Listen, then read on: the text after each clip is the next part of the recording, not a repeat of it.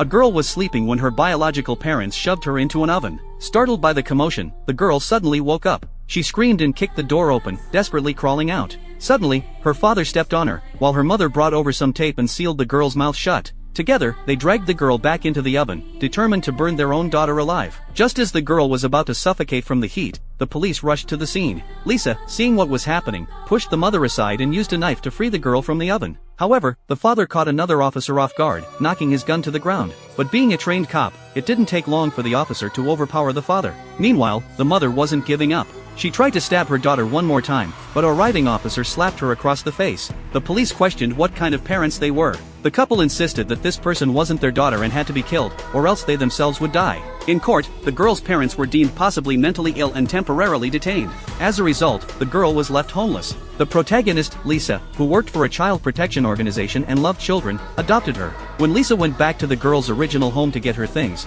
she discovered something eerie. In the parents' room, a crucifix hung on the wall next to a Bible, and the wooden door had 2 large locks on it. It seemed like they were trying to ward off something, but Lisa didn't think much of it, as mentally ill people often displayed odd behaviors. The next day, Lisa suddenly received a message. A few days prior, they had taken in a child who had killed his parents. While the parents were sound asleep, the boy had grabbed an iron rod and murdered them. Lisa couldn't believe an 8-year-old was capable of such a thing. She found the boy, and he told her that on the night of the incident, he had received a phone call and felt as if his body was being controlled by something, leading him to kill his own parents. To Lisa's surprise, the call had come from her own home. Lisa suspected the girl had made the call, but after questioning her extensively, the girl maintained her innocence, even swearing on her life. With no other choice, the detective had to leave. Just then, the girl appeared behind Lisa and asked if she believed what she had said. Lisa clearly did not believe her. The following day, Lisa called her boyfriend, a psychology teacher, to conduct a psychological test on the girl. The boyfriend found the girl to be incredibly unusual, with behavior and mannerisms far beyond her 8 years.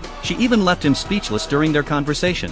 The boyfriend then asked the girl what she feared most, stating that everyone had something they were afraid of. For him, it was hornets. To his complete shock, upon returning home, he received a silent phone call. He hung up, but immediately felt a sharp pain in his ear. Using a cotton swab, he pulled out a hornet and quickly threw it into the toilet. However, 3 more crawled out of his ear, followed by thousands more emerging from every orifice in his body. Terrified of these creatures, he became so emotionally distraught that he twisted his own neck, killing himself. At her boyfriend's funeral, Lisa began to suspect that the girl she had taken in was behind everything. Due to copyright restrictions, this horror movie can only be shown up to this point. The title is Case 39.